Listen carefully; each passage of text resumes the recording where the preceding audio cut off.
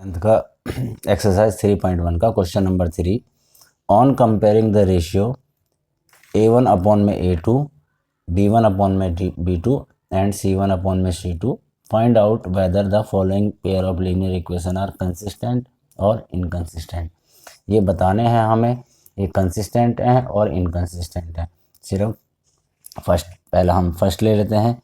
First में सबसे पहले हम इक्वेशन को ये 3x प्लस 2y, ये 5 इजिकल टू के राइट हैंड साइड में, इसे लेफ्ट हैंड साइड में ले लेंगे, -5 इक्वल टू 0। इसी तरह से हम दूसरा करेंगे 2x माइनस 3y और -7 इक्वल टू 0। अब इसमें a1 क्या हो गया 3, b1 क्या हो गया 2 और c1 क्या हो गया -5। इसी तरह से a2 इक्वल टू 2 b2 -3 और c2 -7। ठीक है, इसी फॉर्म में रखेंगे इसे।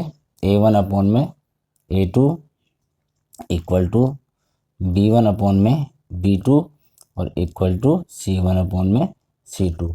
यहाँ पर हम इसे कंपेयर कर लेंगे तो क्या हो जाएगा, ये 3a1 3 अपॉन में 2 इक्वल टू 2 अपॉन में -3 इक्वल टू -5 अपॉन में -7। तो ये तीनों इक्वल नहीं है।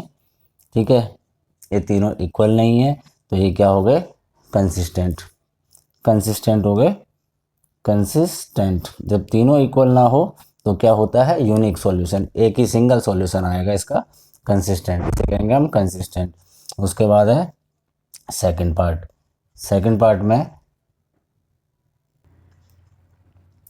2x माइनस 3y और a इजिकल टू के इधर है तो इधर लेफ्ट हैंड साइड में ले आएंगे, -8 इक्वल टू 0। ऐसे ही से भी करेंगे 4x minus 6y -9 equal to 0। अब a1 क्या है 2, b1 क्या है -3 और c1 क्या है -8। ठीक है, इसी तरह से a2 इसमें से लेंगे 4, b2 -6 और c2 -9। कंपेयर करेंगे a1 अपॉन में a2 equal to b1 upon में b2 equal to c1 upon में c2। ठीक है, यहाँ पर चेक करेंगे इसे, क्या a1 अपॉन में a2 2 अपॉन में 4, ठीक है, इक्वल टू b1 अपॉन में b2 -3 अपॉन में -6 इक्वल टू -8 अपॉन में -9। 2 2 जा 4 कट गया, 1/2 आ गया। ठीक है, माइनस से माइनस कट गया, 3 2 जा 6 1/2 आ गया, इक्वल टू माइनस से माइनस कट गया, 8/9 आ गया। ये इक्वल नहीं है थर्ड, बाकी ये दोनों इक्वल है। 1/2 इक्वल टू 1/2 है तो मतलब ये जो है हमारा इनकंसिस्टेंट बन जाएगा, इनकंसिस्टेंट। ठीक है, मतलब ये इनकंसिस्टेंट हो गया। अब हम थर्ड देखेंगे। थर्ड जो है, third part 3/2x plus 5/3y, ये 7 है, इज इक्वल टू के लेफ्ट हैंड साइड में लाएंगे, -7 इक्वल टू 0, ऐसे हो जाएगा। ठीक है, दूसरा है हमारा 9x minus 10y equal to 14, ये माइनस का 14 हो जाएगा, इधर आएगा तो माइनस का 14 इक्वल टू 0, ऐसे कर लेंगे। अब ये रैशनल नंबर है, मतलब ये अपॉन में है तो सबसे पहले इनको अपॉन से ख़त्म करेंगे तो 2 3 जा 6, इसका एलसीएम 6 आ जाएगा। ठीक है, तो क्या करेंगे पूरी इक्वेशन को 6 से मल्टीप्लाई करेंगे। फर्स्ट वाली पूरी इक्वेशन को 6 से मल्टीप्लाई कर देंगे। ठीक है, तो 6 से मल्टीप्लाई कर दिया, 5/3y माइनस 6 से सारी इक्वेशन को मल्टीप्लाई कर दिया। ठीक, तो 2 3 जा 6 और 3 2 जा 6। अब ये 3 × 3 कितना हो गया 9x प्लस ये कितना हो गया 5 2 जा 10y माइनस 42 इक्वल टू 0। ये बन गई फर्स्ट इक्वेशन। और ये वाली सेकंड इक्वेशन कौन सी, 9x minus 10y minus 14 equal to 0। ये हमारी सेकंड इक्वेशन बन जाएगी।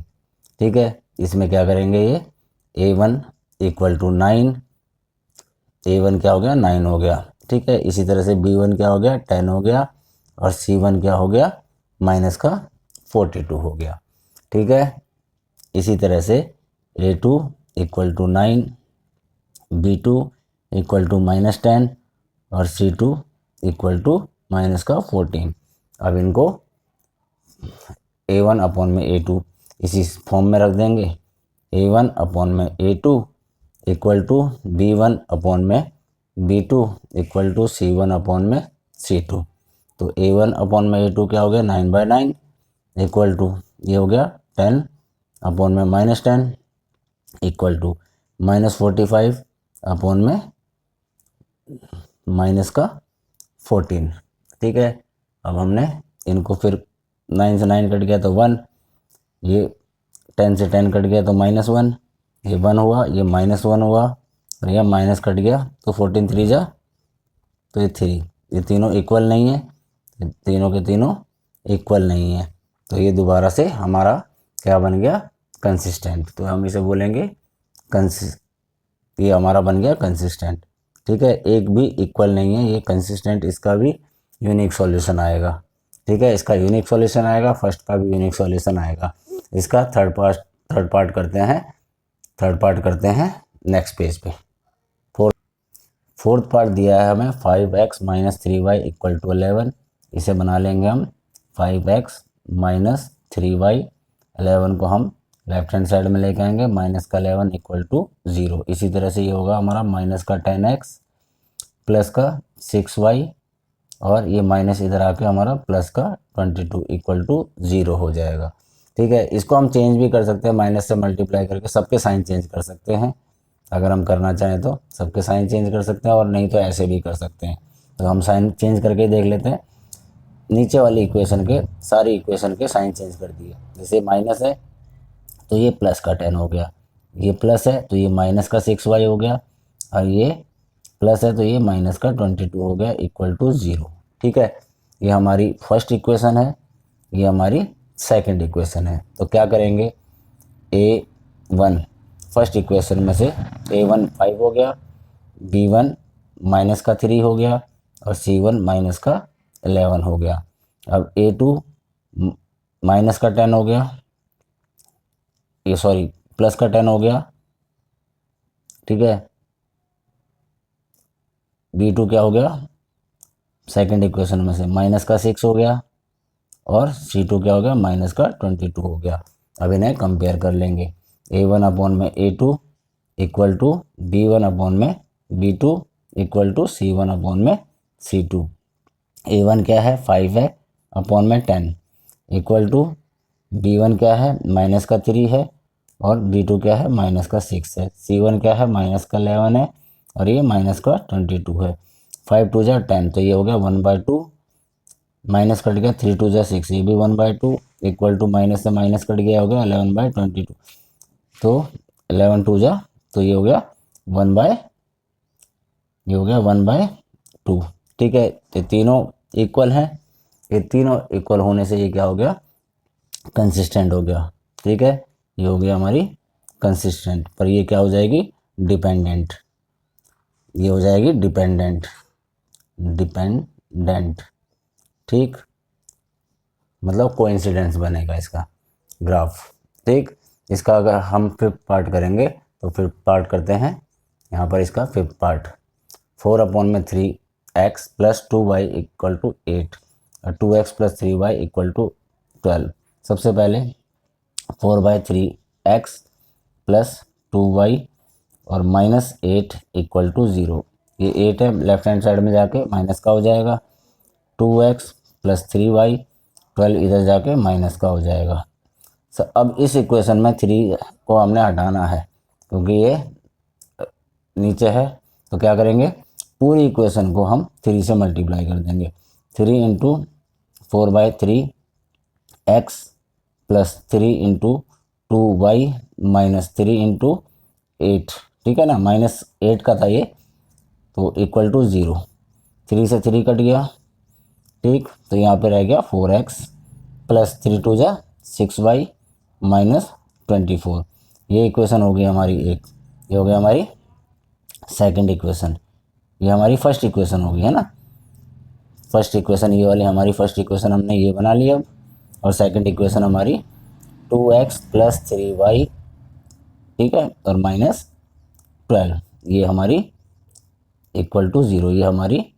ये हमारी फर्स्ट थी और ये हमारी सेकंड इक्वेशन बन गई, ठीक है। ये हमारी फर्स्ट इक्वेशन बनी ये वाली, और ये सेकंड इक्वेशन हमने लिख दी। अब इसमें हम कंपेयर कर लेंगे, a1 equal to 4, b1 equal to 6, c1 equal to minus का 24, ठीक। इसी तरह से a2 इक्वल टू 2, 3 लिखेंगे यहाँ पे, b2 3 लिखेंगे और c2 माइनस का 12 लिखेंगे। अब इन्हें कंपेयर कर देंगे, a1 अपॉन में a2 equal to b1 upon में b2 equal to c1 upon में c2। इंट्रोडक्शन में सारा कुछ मैंने आपको समझाया था ये किस तरह से करना है, तो इंट्रोडक्शन वीडियो में ये सारा दिया हुआ है। 4 अपॉन में 2 इक्वल टू 6 अपॉन में 3 इक्वल टू माइनस का 24 माइनस का 12, 2 टू जा 4, तो यहाँ पे 2 आ गया, 3 टू जा 6, ये भी 2 आ गया, माइनस से माइनस का कट गया, 12 टू जा, तो ये 2 आ गया। ये तीनों के तीनों इक्वल हैं, ठीक है। तो हम क्या करेंगे, ये हमारा कंसिस्टेंट हो गया, मीन्स ये भी डिपेंडेंट हो जाएगा, कंसिस्टेंट हो गया और ये भी डिपेंडेंट हो गया था। इस क्वेश्चन में हमें यही बताना है कि कौन सा हमारा कंसिस्टेंट है और कौन सा हमारा इनकंसिस्टेंट है।